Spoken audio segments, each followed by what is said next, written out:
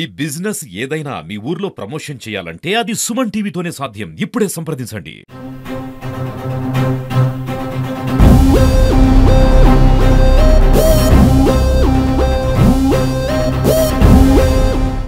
అందరికీ నమస్కారం అండి.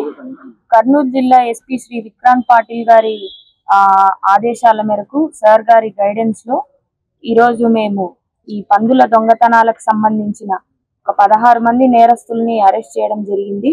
మొత్తం మనకి ఇందులో 25 మంది ఉన్నారు.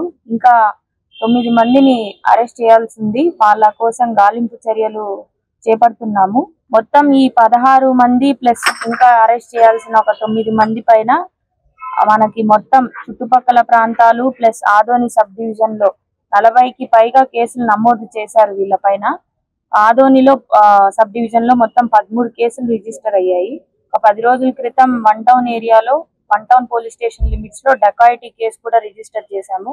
Subsequently as per complaint 2 town and 3 town areas లో కూడా థెఫ్ట్ కేసెస్ రిజిస్టర్ చేశాము. ఈ మనం ఇప్పుడు అరెస్ట్ చేసిన వాళ్ళ యొక్క మెయిన్ ఎంబో ఏంటంటే ఈ పందులు ఎవరైతే పందులు పెంచుకుంటా ఉంటారో వాళ్ళు ఒక ఏరియాలో పందుల్ని వదిలేస్తారు.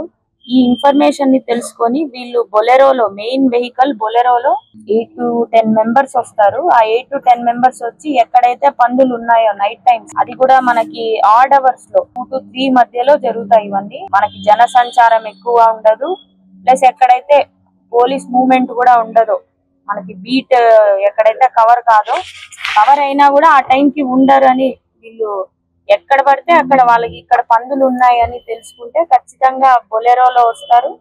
ఒక డ్రైవర్ డ్రైవింగ్ చేస్తూనే ఉంటారు. వాళ్ళకి హెల్పర్స్ గా వచ్చిన వాళ్ళు ఈ పందుల్ని ఇమీడియట్ గా కిందకు దిగడము, ఆ బొలెరోల్లో వేసేసుకోవడము. ఈ పందులు పెంచే వీళ్ళకి ఒక కొంచెం పాపరులాగా ఉన్నారు. వాళ్ళు అడ్డొస్తే కూడా వాళ్ళ మీద దాడి చేయడానికి వీళ్ళ దగ్గర రెడీగా డేంజరస్ వెపన్స్ ఉన్నాయి. మనకి మీరు ఇప్పుడు చూసుకుంటే ఐరన్ రాడ్స్, కత్తులు, అంతేకాకుండా ఎంటీ కూల్ డ్రింక్ బాటిల్స్, ఆ ఎంటీ కూల్ డ్రింక్ బాటిల్స్ తో కూడా వీళ్ళు దాడి చేస్తారు. అంటే ఆ మూమెంట్ లోనే వాళ్ళు ఎవరైతే వీళ్ళని వెంబడిస్తారో వాళ్ళ మీద ఈ బాటిల్స్ తో కూడా దాడి చేసి వాళ్ళని గాయపరిచి వాళ్ళని భయభ్రాంతులకు గురి చేసి వీళ్ళ వెంట పడకుండా కూడా చేసిన చాలా కేసులు ఉన్నాయి.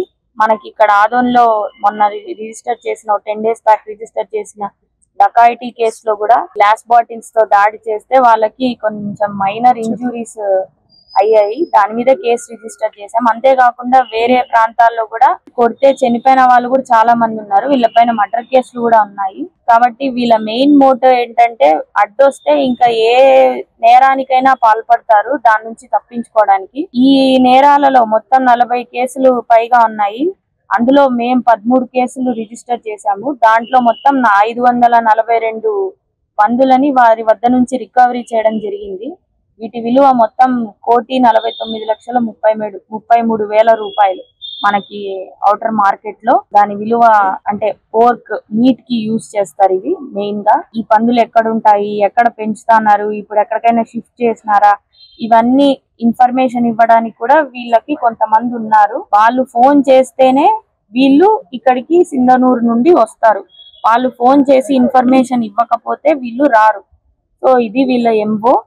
వాళ్ళని కూడా మేము అరెస్ట్ చేశాము. సంబంధించిన వాళ్ళ సెల్ ఫోన్స్ కూడా సీజ్ చేయడం జరిగింది. ఓన్లీ కత్తులు, ఎంటీ గ్లాస్ బాటిల్సే కాదు, వీళ్ళ బండ్లల్లో మనకి కారప్పొడి కూడా దొరికింది. అంటే అడ్డొస్తే కళ్ళల్లో కారప్పొడి చల్లైనా తప్పించుకోవాలనే ఉద్దేశం వీళ్ళకి బలంగా ఉంది. కొన్ని స్పెషల్ టీమ్స్ ఫామ్ చేసి వీళ్ళందరినీ పట్టుకోవడం జరిగింది.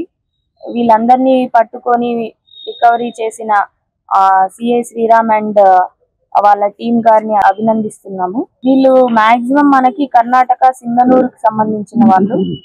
ఇందులో అంటే ఒకే ఎరుకుల క్యాస్ట్ వాళ్ళే ఉన్నారు, వేరే వాళ్ళు కూడా ఉన్నారు వీళ్ళకి హెల్పర్స్ గా.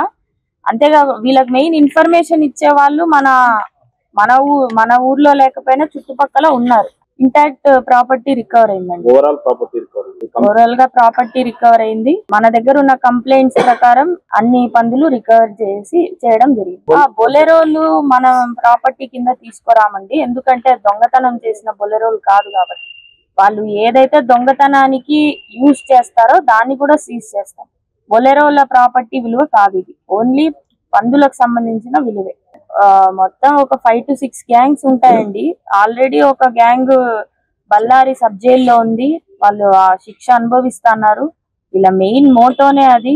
తర్వాత ఇన్ కేస్ జైల్లో నుంచి బయటకు వచ్చినా కూడా వీళ్ళు అదే మా వృత్తిగా వీళ్ళు మలుచుకొని చేస్తున్నారు. మాక్సిమం వీళ్ళకి పనిష్మెంట్స్ వచ్చేటట్లు మేము మా ఇన్వెస్టిగేషన్ లో ఫ్రేమ్ చేస్తాం. మళ్ళీ మాకు ఏదన్నా ఇంకో కంప్లైంట్ వస్తే మేము పోలీస్ కస్టడీకి తీసుకోవచ్చు. ఇంకా మాకు అరెస్ట్ చేయాల్సిన వాళ్ళు 9 మంది ఉన్నారు కాబట్టి ఇప్పుడు మేము 16 మందిని అరెస్ట్ చేయగలిగాము. ఇంకా మా టీమ్స్ తిరుగుతున్నాయి, వాళ్ళని కూడా పట్టుకొని మిగిలిన ఏవైనా ఇంకా పోయిన వాళ్ళు కంప్లైంట్స్ వస్తే వాటిని కూడా రికవరీ చేయడానికి ప్రయత్నిస్తాం.